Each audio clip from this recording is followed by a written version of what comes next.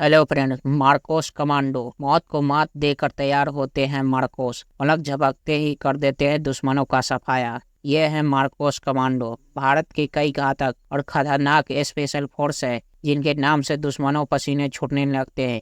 इन्हीं में से एक मार्कोस कमांडो है। मार्कोस कमांडो को मौत को मात देकर तैयार होते हैं, जिनकी ट्रेनिंग 3 साल की होती है। मार्कोस कमांडो की ट्रेनिंग बहुत ही ज्यादा कठिन होती है, जिसका एक आम व्यक्ति अंदाजा भी नहीं लगा सकता है। मार्कोस के लिए चुने गए सैनिकों की ट्रेनिंग 3 सालों के लिए होती है।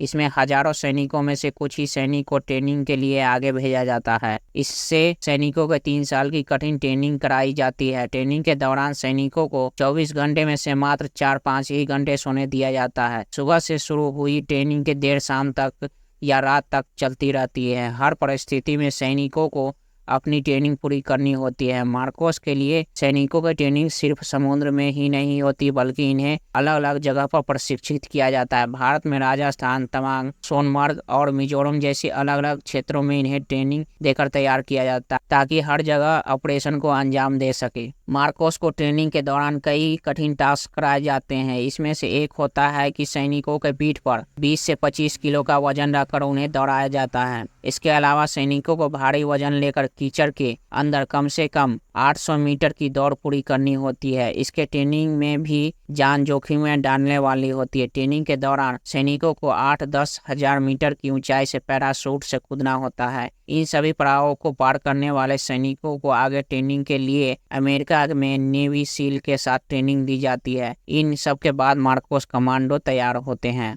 मार्कोस या मरीन कमांडो फोर्स भारत के सबसे खतरनाक और घातक कमांडो में से होते हैं। हालांकि यह इंडियन नेवी के स्पेशल ऑपरेशन फोर्स यूनिट है, लेकिन इसकी ट्रेनिंग इस तरह दी जाती है कि यह आसानी से जमीनी स्तर से लेकर आसमानों तक दुश्मनों का खात्मा कर सके। भारतीय नौसेना का यह स्पेशल यूनिट फरवरी 1987 में बनाई गई थी। इन्हें दुनिया सभी आधुनिक हथियार चलाने की ट्रेनिंग दी जाती है। 1987 में मार्कोस कमांडो की स्पेशल यूनिट इसलिए बनाई गई थी क्योंकि उस वक्त आतंकवादी हमले और समुद्री लुटेरों का आतंक काफी तेजी से बढ़ने लगा था। उस पर काबू पाने और सबक सिखाने के लिए स्पेशल फोर्स की जरूरत थी। उस दौरान इस यूनिट की स्थापना की थी।